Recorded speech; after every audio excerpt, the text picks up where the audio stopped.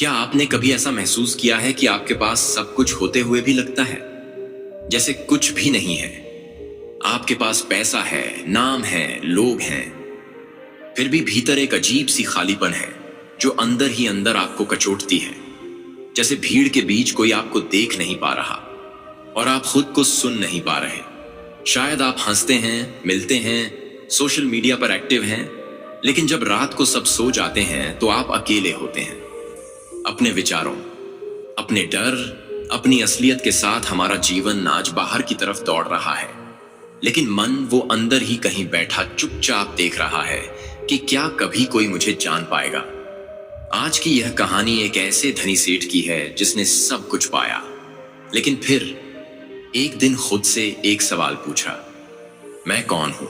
और यहीं से शुरू हुई उसकी असली यात्रा, अकेलेपन से आत्म साक्षात्कार की यात्रा। दोस्तों, हम ऐसे युग में हैं जहां मशीनें हमारे लिए सोच रही हैं, ऐप्स हमारे लिए निर्णय ले रही हैं और स्क्रीन हमारे दिल के पास आ गई है। आज तकनीक ने हमें तेज बना दिया है, स्मार्ट बना दिया है।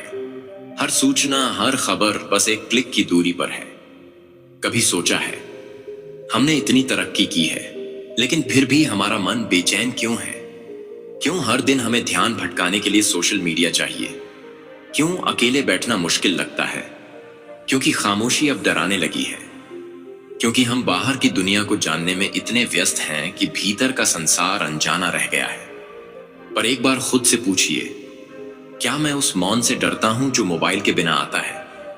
क्योंकि जब भी हम अकेले होते हैं हम बोर नहीं होते, हम बेचैन होते हैं, क्योंकि तब हमें अपना ही मन सुनाई देता है।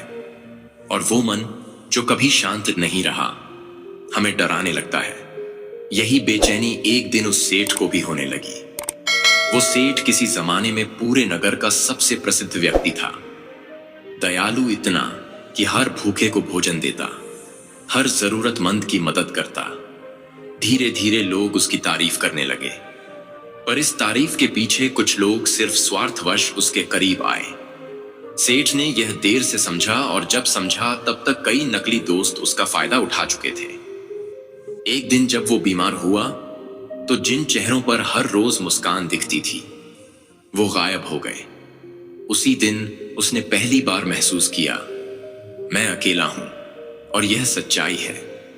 इस दर्द से राहत पाने के लिए सेठ सत्संग जाने लगा, जहां प्रवचन होते, भक्ति गीत बजते और लोग ज्ञान की बातें करते। ज्ञान की बातें उसे आकर्षित करने लगी। दूसरों के अनुभव सुनना अच्छा लगने लगा। हर बार उसे लगता, आज मैंने कुछ नया जान लिया है। पर जैसे ही वह घर लौटता फिर वही खालीपन, वही बेचैनी।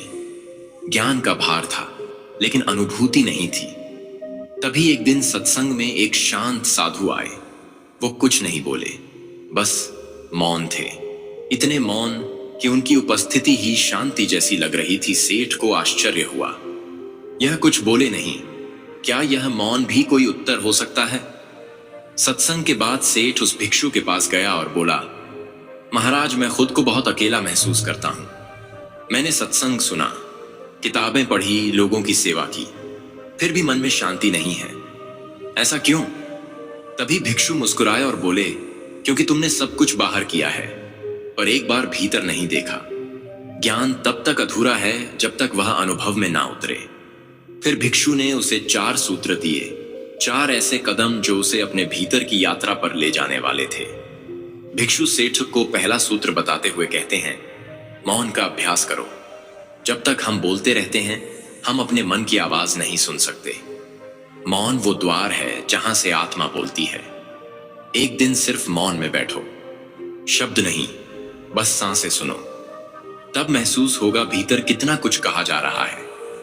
फिर भिक्षु सेठ को दूसरा सूत्र बताते हुए कहते हैं, डिजिटल शोर से दूरी बनाओ। आज हम इतने आदी हो चुके हैं डिजिटल दुनिया के कि एक दिन फोन दूर कर दो तो बेचैनी होने लगती है। मोबाइल, टीवी, रील्स, ये सब मन की लत बन चुकी हैं। हम इससे छूटना नहीं चाहते क्योंकि इससे भागकर हम खुद से भागते हैं। एक दिन, सिर्फ एक दिन फोन बंद करके बैठो, खुद के साथ रहो। तुम्हें पता चलेगा असली मनोरंजन बाहर नहीं, भीतर है। तुम्हें खुद से मुलाकात होगी और शुरुआत यहीं से होगी। फिर भिक्षु सेठ को तीसरा सूत्र बताते हुए कहते हैं, अपने आप को खाली रखो। जैसे गिलास भरा हो तो उसमें नया पानी नहीं डाला जा सकता, वैसे ही जब मन हर बात से भरा हो तो अनुभव कहां समाएगा। भीतर जगह होगी तभी सच्चा ज्ञान प्रवेश कर पाएगा। हम हर वक्त कुछ ना कुछ से भरे रहते हैं, खबरें, रीलों, बातें, इन सबसे थोड़ा खाली हो जाओ। कम सोचो, कम बोलो, तब ज्ञान अपने आप उतरता है। अपने भीतर स्थान बनाओ, खाली समय दो।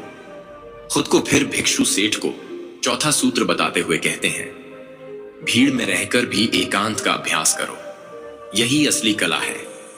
जीवन की जिम्मेदारियां निभाते हुए भी मन को स्थिर रखना। भीतर अगर एकांत है तो बाहर की भीड़ भी आपको परेशान नहीं कर पाएगी। भीतर का एकांत ही असली परमानंद है।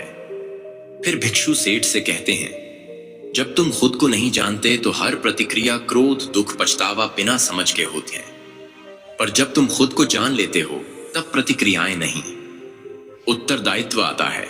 मन स्थिर रहता है, शांत रहता है। सेठ ने इन 4 सूत्रों को अपने जीवन में अपनाया।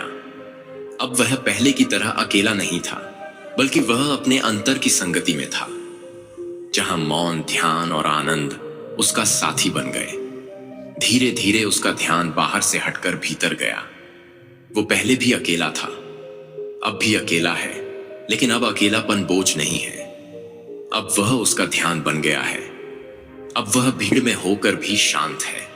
वह जान चुका है, जो खुद को जान ले वो पूरी दुनिया को समझ लेता है।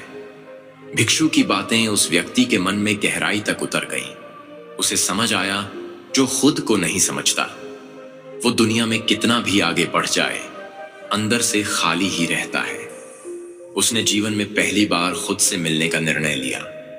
अब वह हर दिन कुछ पल अपने लिए निकालता है, ना किसी फोन के साथ, ना किसी दोस्त के साथ, बस अपने साथ अकेले रहना। अकेलापन नहीं होता, जब आप खुद के साथ जुड़ते हैं तब वह एकांत ईश्वर से साक्षात्कार बन जाता है। दोस्तों, शायद आप भी उस व्यक्ति की तरह ही हैं जिन्हें सब कुछ तो मिला है, लेकिन फिर भी मन बेचैन रहता है। तो आज एक छोटा सा वादा खुद से कीजिए। हर दिन कुछ पल सिर्फ खुद के लिए निकालिए। कुछ भी मत करिए, बस बैठिए, अपने भीतर उतरिए और पूछिए, मैं कौन हूं? जब यह प्रश्न सच्चाई से पूछा जाता है तो उत्तर खुद ब खुद मिलने लगते हैं। अगर यह कहानी आपके दिल को छू गई हो तो इसे किसी ऐसे दोस्त के साथ जरूर शेयर करें जो आजकल खुद से दूर होता जा रहा है। और हां, कमेंट करें, चैनल को सब्सक्राइब जरूर कर। धन्यवाद।